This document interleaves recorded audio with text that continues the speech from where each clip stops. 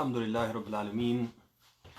Wa sallallahu wa sallam wa baraka ala nabiyina Muhammadin wa ala alihi wa sahbihi ajma'een. Assalamu alaikum wa rahmatullahi wa barakatuh. So welcome, brothers and sisters. As is customary on Friday evenings, we typically revisit the khutbah, talk about it in a little bit additional detail, and provide some context and some additional content that we were not able to mention during the khutbah given the time constraints of the khutbah. We usually also offer you an opportunity to ask questions and to give feedback. Unfortunately, under these circumstances, that may be a little difficult, and also the time may not allow it, but we do have Facebook. You are able to type some things, and if we're able to answer some questions and give clarity, we'll do that as well. And the title of today's khutbah was George Floyd, Should Muslims Care? And we opened the khutbah basically by giving the background story of George Floyd. We mentioned that on May 25th, 2020, George Floyd, an African-American man, was murdered by 4 police officers as he begged for his life, screamed for his mother, and said repeatedly, "I can't breathe." Floyd couldn't breathe, we said, because one of the officers, after lying him down and handcuffing him, lying him down on his face and handcuffing him, one of the officers drove or buried his knee in the back of Floyd's neck, closing his airway, and he did so for 8 minutes and 46 seconds. And when the officer finally released the chokehold, Floyd was unresponsive. And none of the officers made an attempt to revive him or to administer CPR. And we mentioned how this whole incident was captured on video, and the entire world saw, or has seen by this point, how mercilessly George Floyd was treated and how brutally he was killed. And then we said that in the khutbah we wanted to ponder the question, should we care? We know the story, but should we care? And we mentioned that we asked this question because I have seen, and I'm sure others have seen as well, especially on different social media platforms, there are some Muslims who have actively, aggressively, vehemently argued that Muslims in America should not care about George Floyd and what happened to George Floyd. And some of them have even gone further than this and have actually questioned the religious commitment of any person who is even remotely concerned, troubled, or upset by George Floyd's killing or murder at the hands of police. And so we wanted to kind of talk about in the khutbah some of the arguments that are being advanced, why Muslims should not care, why Muslims should be totally unconcerned, disinterested, regarding this issue. And we mentioned that the first one, or first reason that is advanced, is that George Floyd wasn't a Muslim. George Floyd was a kafir, and why should any Muslim care what happens to the kuffar? And we mentioned that this is refuted, that the logic behind this reasoning is flawed, and that this position is refuted by the fact that Allah subhanahu wa ta'ala has told us in the Quran that life, any life, every life, all life is precious. And we cited the verse in from Surah Al-Ma'idah, in which Allah subhanahu wa ta'ala says, "Min ajli dhalika katabna ala bani Israel annahu man qatala nafsan bighayri nafsin aw fasadin fil ardi faka'annama qatala an-nasa jami'a وَمَنْ أَحْيَاهَا فَكَأَنَّمَا أَحْيَا النَّاسَ جَمِيعًا." It was for this reason that we ordained for the children of Israel that whoever kills a person except as a penalty for murder or for criminal activity throughout the land warranting execution, then it would be as if he had killed the whole of mankind. And if he spared a life, it would be as if he spared all of mankind. We also mentioned how our religion considers not just the life of human beings, but even the life of animals precious. And when animals are killed unjustly, that is a very heinous crime in our religion.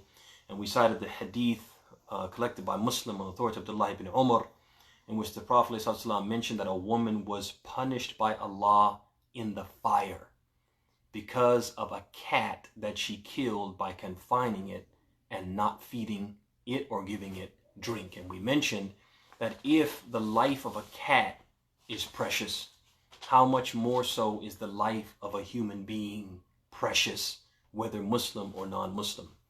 Then we mentioned another reason why some Muslims say we shouldn't care, and that is because George Floyd wasn't an angel. George Floyd he had a long criminal record. George Floyd was in and out of prison, and therefore, in their mind, George Floyd got exactly what he deserved. And we said that the logic behind this is flawed because it implies that in order for a person's life to be sacred, that person has to be an angel. That person has to be sinless. And we said that if that is the case, then no one's life is sacred. My life isn't sacred. Your life isn't sacred. No person's life is sacred. Why? Because all of us at the end of the day are sinners, as the Prophet said in the hadith, Kullu ibn Adam khata. All of the sons of Adam are habitual sinners. And perhaps you and I, in our own self-righteousness, we say, well, I haven't done the things that George Floyd has done. I've never been to prison, but we are criminals.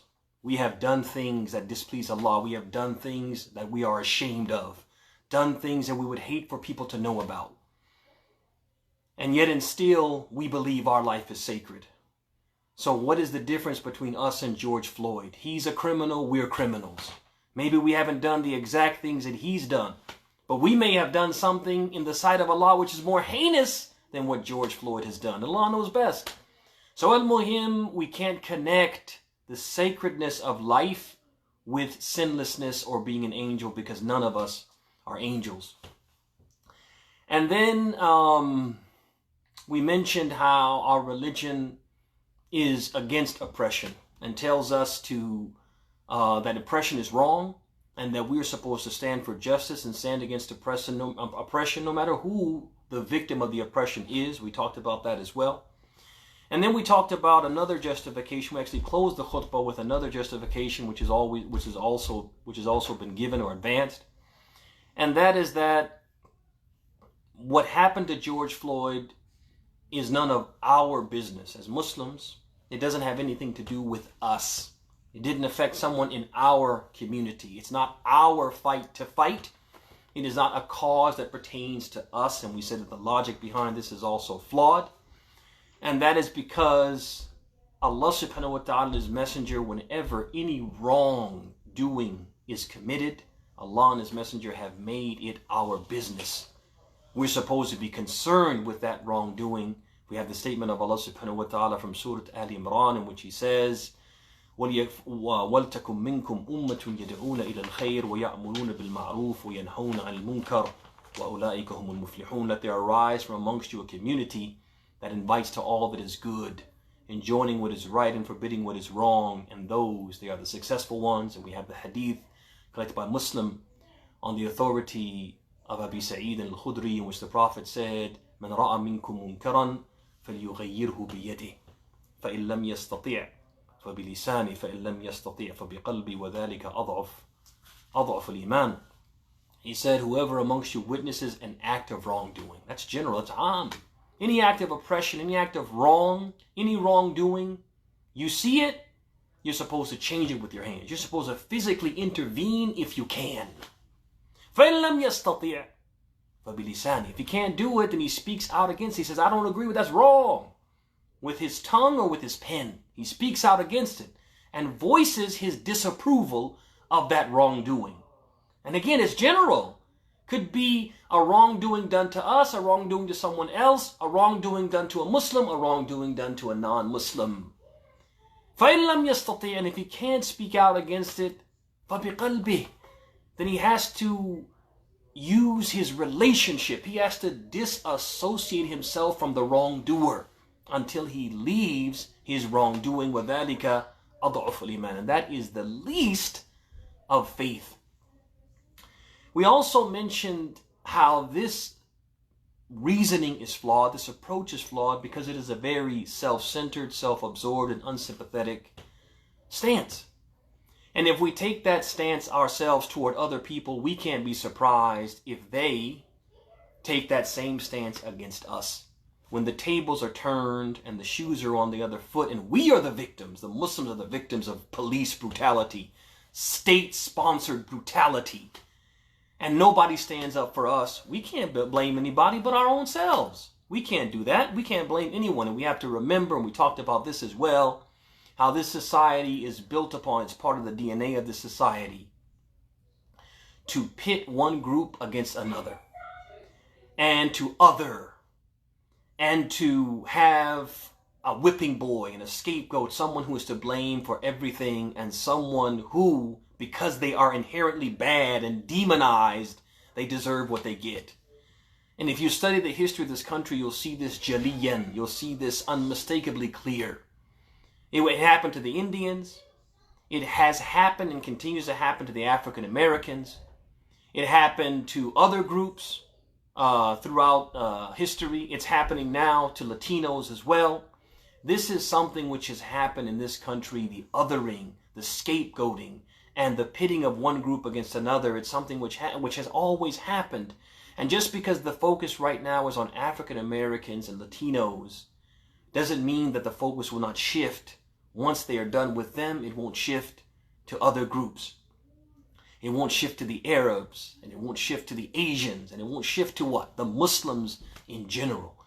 And so we have to understand that just kama tadinu tudan, right? What goes around comes around, and if we treat people, if we stand idly by while people are oppressed, and we don't do anything or say anything, we're just emotionless, that the same thing can happen to us. And when it happens to us, those same groups or other groups will stand idly by while we are oppressed. And we close the khutbah with some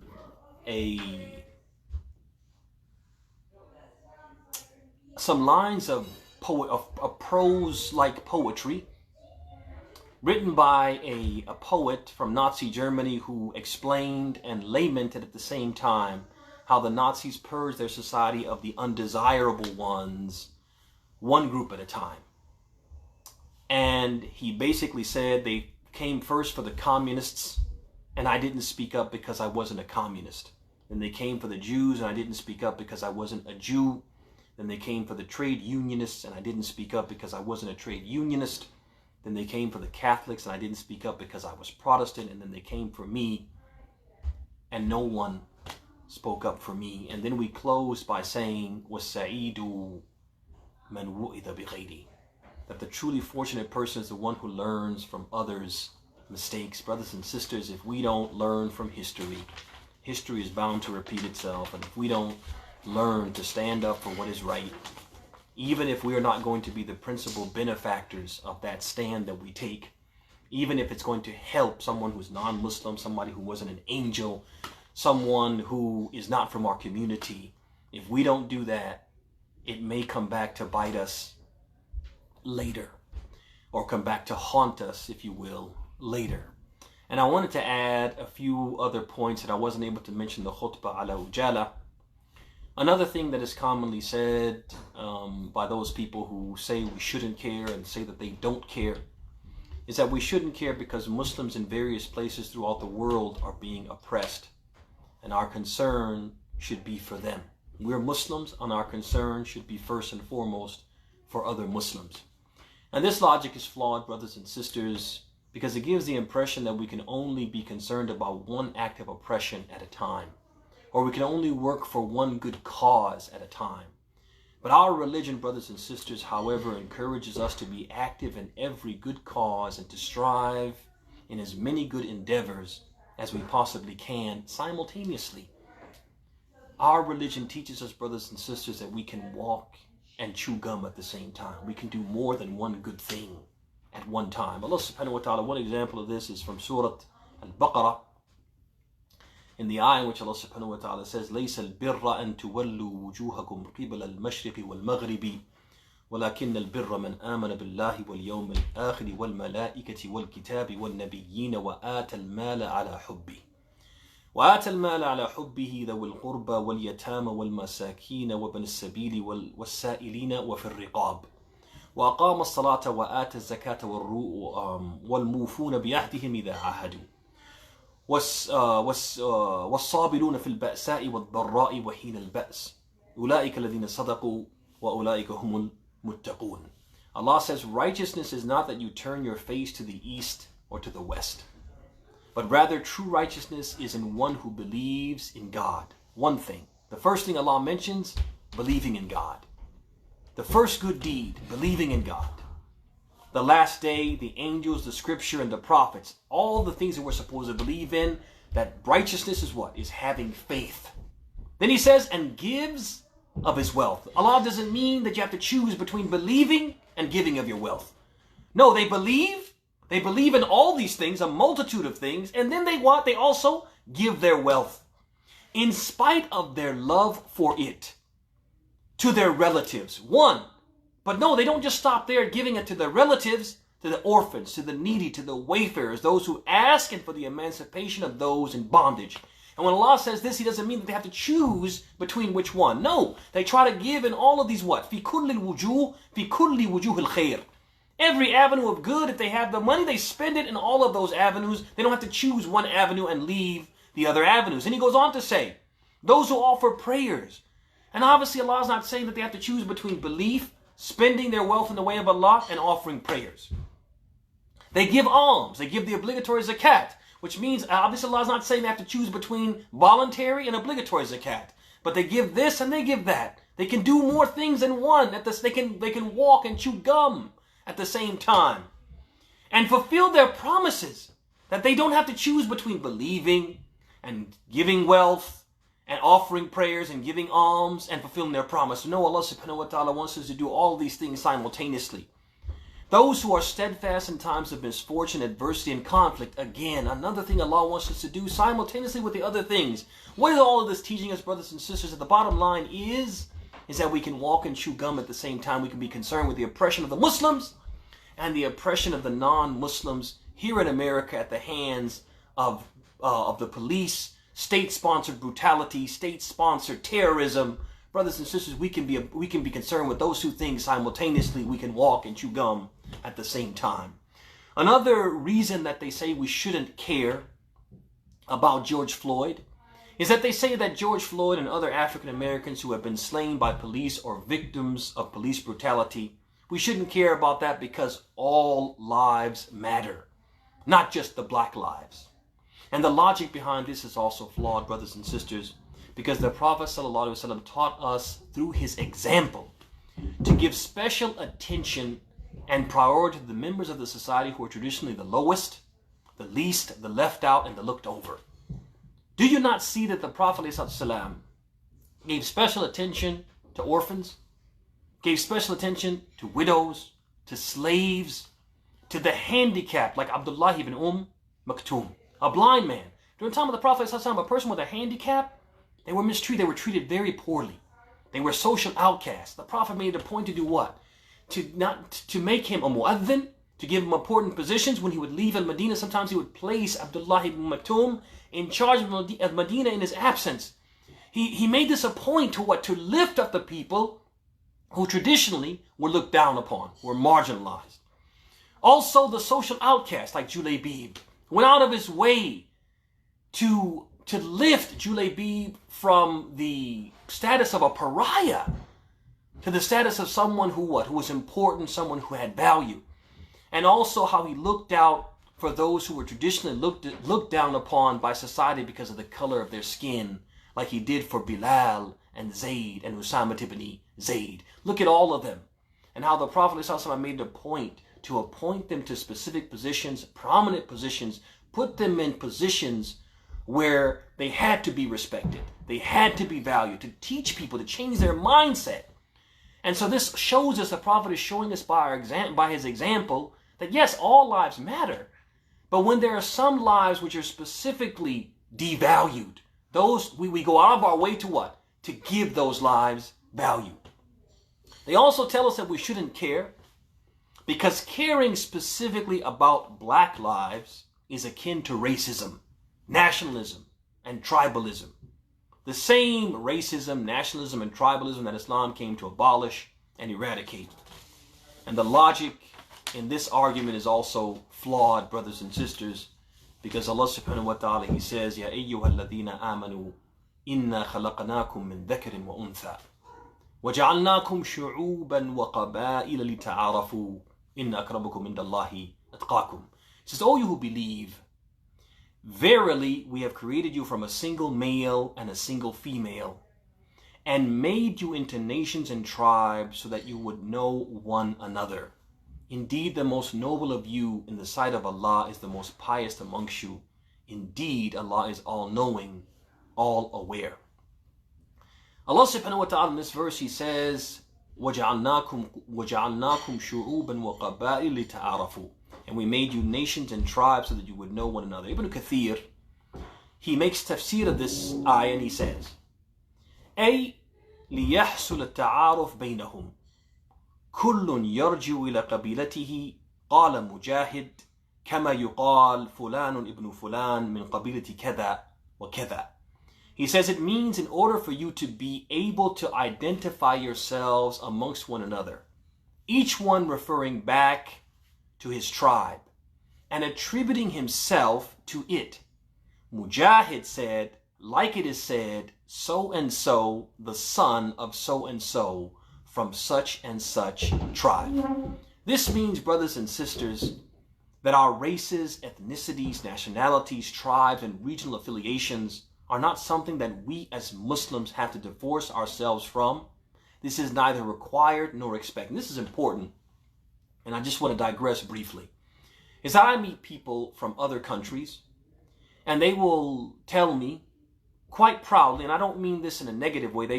When I say proudly, I don't mean the type of pride that is blameworthy. But they'll say, for example, I'm so-and-so. I'm, for example, Arabi. I'm an Arab. Or I'm Hindi. I'm an Indian. Or I'm Pakistani. I'm a Pakistani person. I'm from Pakistan, for example. And they'll say, for example, that I am from X country or Y country. For example, I'm an Arabi min Masr. I'm an Arab person from Egypt. And they'll take pride in what? Egypt, right? And they'll say, I'm from such and such tribe. For example, a person might say, I'm Qahtani. Or I'm from such regional, affiliation. I'm from Punjab. I'm from this. I'm from that. And they take pride in that. And there's no harm in that. There's no problem with that.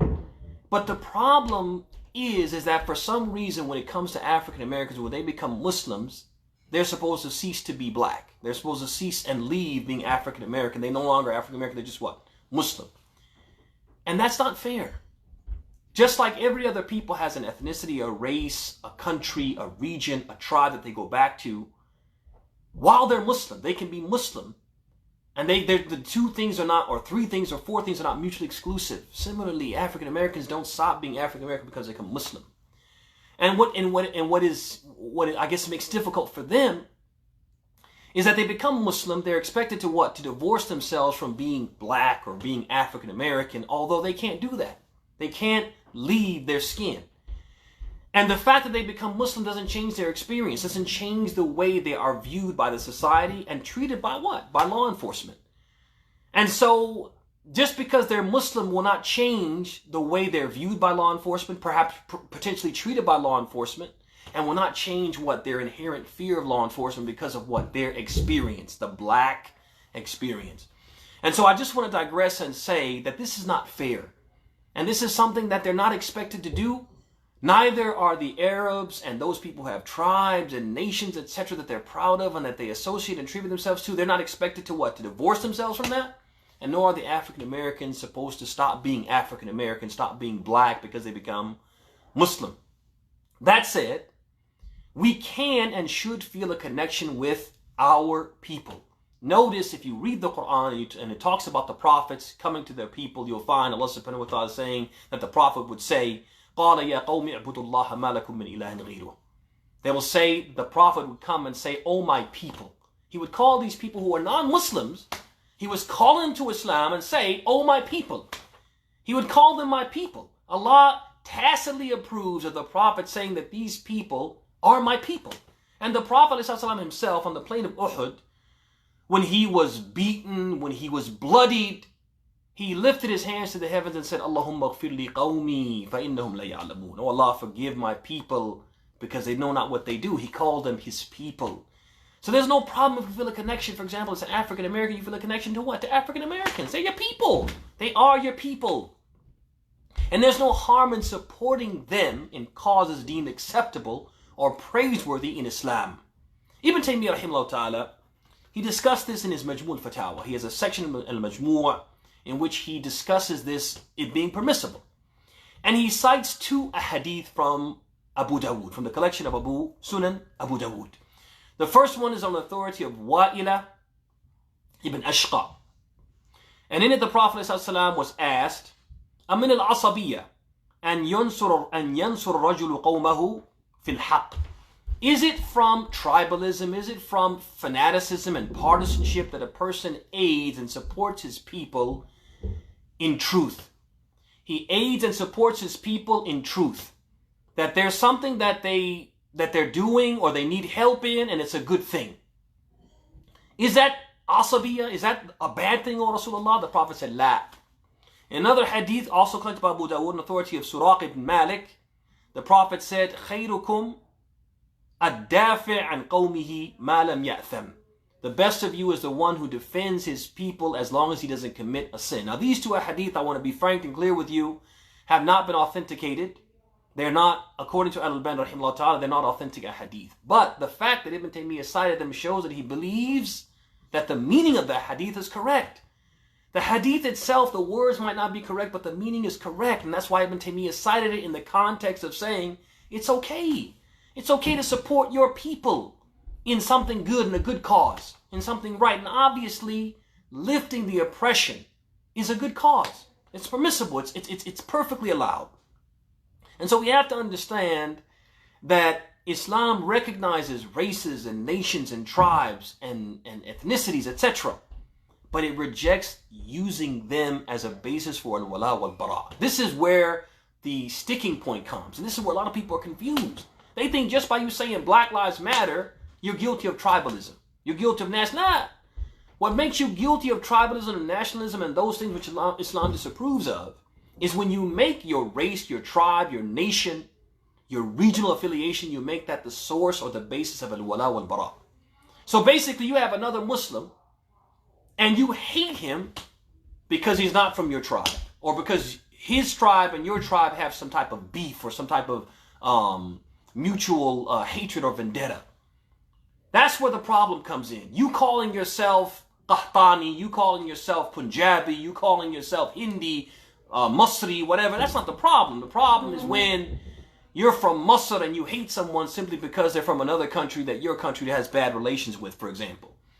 And Ibn Taymiyyah, he talks about this also in his Fatawa. He says, what means? Nay, indeed, when the Muhajirin and the Ansar disputed amongst themselves and the Muhajirin cried for aid from the other Muhajirun, saying, fellow Muhajirun, come to my aid against this Ansari. And the Ansari cried for aid from the other Ansar, saying, fellow Ansari, come to my aid against this Muhajir.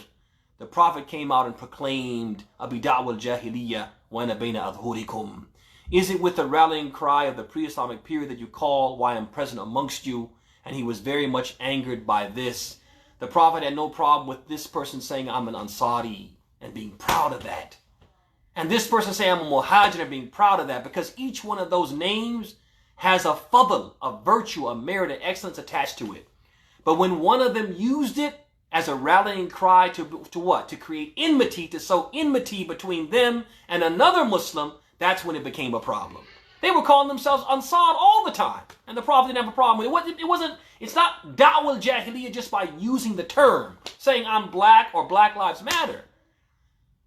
But if a black Muslim hates a white Muslim because he's white, and loves a black Muslim because he's black, even though this one is pious and this one's impious, that's where the problem comes in our deen. And Ibn Taymiyyah goes on and draws this distinction by saying every departure from the appeal of Islam and the Quran, whether in favor of lineage, homeland, race, denomination, or sect, is from the remnants of Jahiliyyah. It's when you put these things above the deen and make them the priority, that's where the problem comes in. But a person just merely saying, I'm an African American, I'm black, right?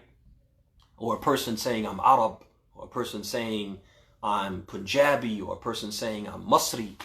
That's not a problem, ya ikhwan. We can affiliate ourselves with these things, and it's part of lita'arafu, so that you may know one another, as we've already previously explained. And that's what I wanted to share in addition to,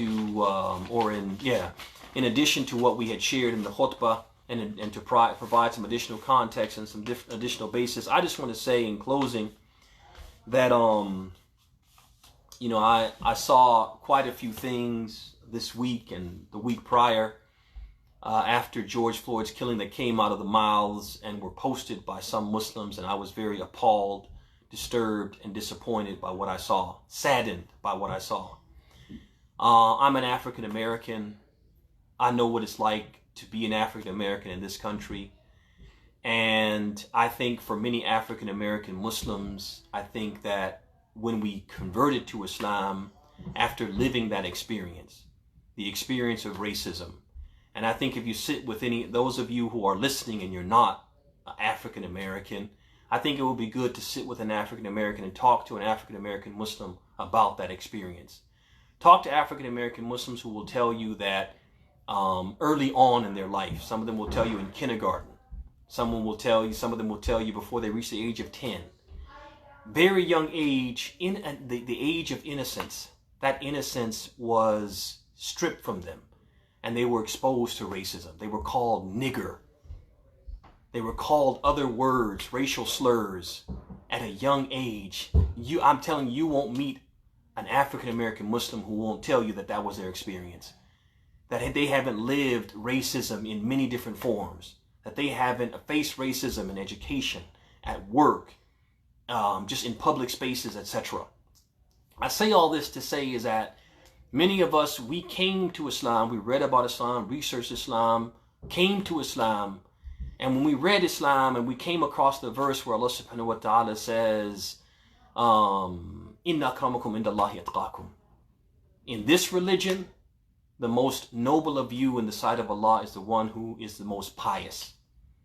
I mean, that resonated with us. That caused us to gravitate toward Islam. And when we became Muslims, we thought to ourselves, Alhamdulillah, I'm in a safe place. I'm in a place where I'm not going to be judged by the color of my skin, but rather by the content of my character.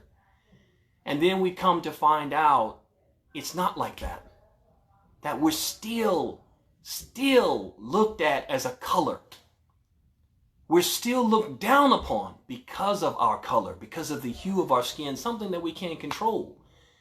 And no matter how intelligent we are, no matter how many credentials we have, no matter how articulate we are, no matter how much of a model citizen we are, we always carry that stigma even in Islam and in the Muslim community. And it really hurts to be a person in this skin and people who look like you experiencing what George Floyd experienced and so many others have experienced and continue to experience. And you can't even get sympathy from your brothers and sisters who don't look like you in your community to just either say something sympathetic or just be quiet. But rather we hear people saying we shouldn't care and telling us that if we care, we're not really true to our Islam. It's hurtful, it's disappointing, it's saddening, and it's also off base, as we've seen. We've seen that the logic behind it is flawed, it's not supported by Islam, and that means that we need to look internally. What is making us behave this way? Maybe we shouldn't be pointing the finger of racism and nationalism and tribalism at others. Maybe we need to point that finger at ourselves. We ask Allah subhanahu wa ta'ala to make us from those who listen to the talk and follow the best of it. We ask Allah subhanahu wa ta'ala to make us from those who He teaches beneficial knowledge and who He benefits with that knowledge by making us from those who practice it. هذا وصلى الله وسلم وبارك على نبينا محمد وعلى آله وصحبه أجمعين والسلام عليكم ورحمة الله وبركاته.